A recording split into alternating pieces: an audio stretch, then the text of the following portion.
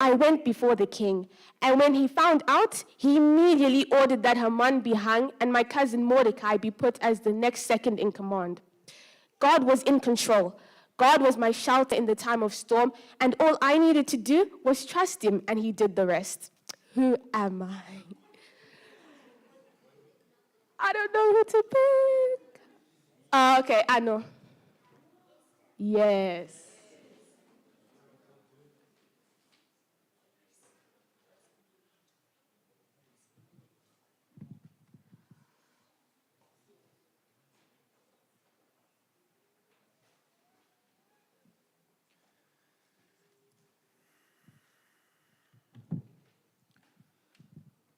Apologies to whoever's taking lesson study. It's going to be done very shortly. But just want to give a quick message with all the characters that has been presented in today's Sabbath school service. The title, Love is a Verb. It's not a noun. It's not a preposition. It's not an adjective. It's a verb. And what did God do with every single one of those characters? He didn't just tell them that he loved them. He showed them. Therefore, love is a verb. Love is God. And it's very ironic that even though this specific message was, because I've heard it before, but it's very ironic that we must do it now, today. Because something happened last night with regards to myself and, sorry.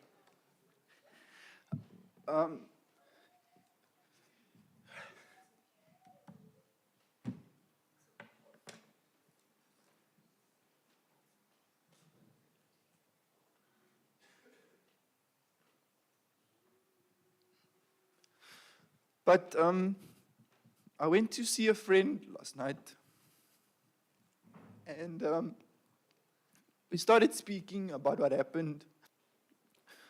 In the end, we actually started speaking about God's love.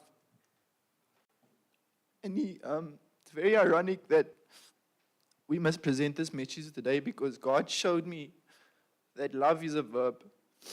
He didn't just show me. He didn't just tell me. He did it for me.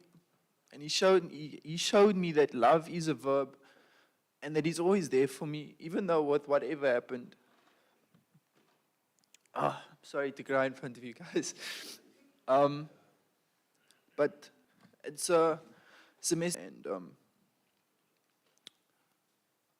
Wallace's sermon last week was actually very powerful, to the point where we actually just sat and we listened to what he was actually saying.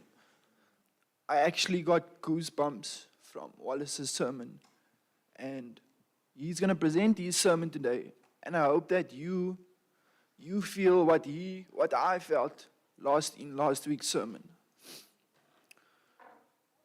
So I just want to end off with, love is not a noun. It's not an adjective.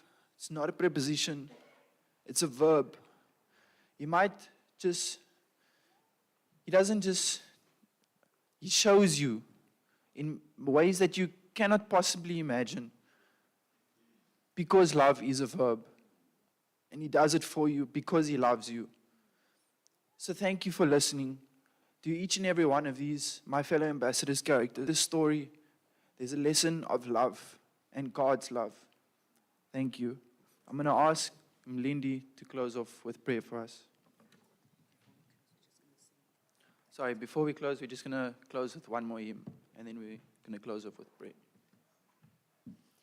Can we please stand as we sing this hymn? It's number 528, A Shelter in the Time of Storm. And then I'll ask Lindy to come up front to pray for us. We'll just sing the first and the last verse, please.